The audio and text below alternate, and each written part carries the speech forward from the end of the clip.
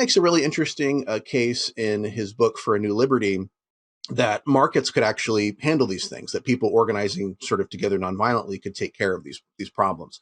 And so he imagines kind of a world of private law courts that sort of work together, so to kind of resolve some various disputes. There's also a sense in which the only thing that really would be illegal is something where there's a victim, because the purpose of punishment is not necessarily to be punitive, but it's to basically pay somebody back for something that's been taken from them. And so there's this sort of sense in which you are now having to, if you've wronged someone, you make it right.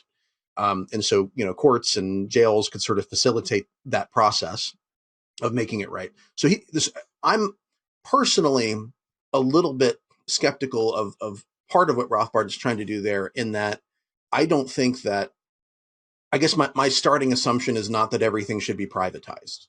And that's kind of his starting assumption. So we get rid of the public parts, we get rid of the public roads, Walmart buys the roads or whatever, and they manage them.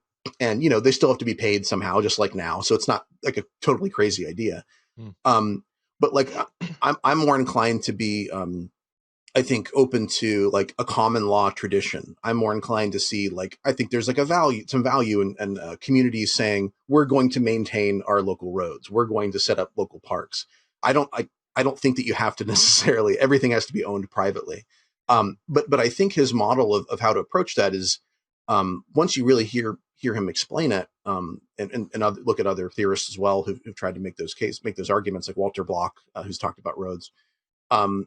They make a much better case than you would expect coming from the outside. And I think when you're used to the state handling all these things, you feel like that's the only way to do it. There's kind of this old joke in libertarianism or whatever, that if the government started making all the shoes, 50 years from now, somebody would say, we can't privatize shoemaking. Who's going to make the shoes? But we just think that this is the only way to do it because it's what we're used to. So there is a lot of trust in the free market, that the less government power, authority, if you peel that back, what will fill its place is people doing what the government feels like they're the only ones that can do it.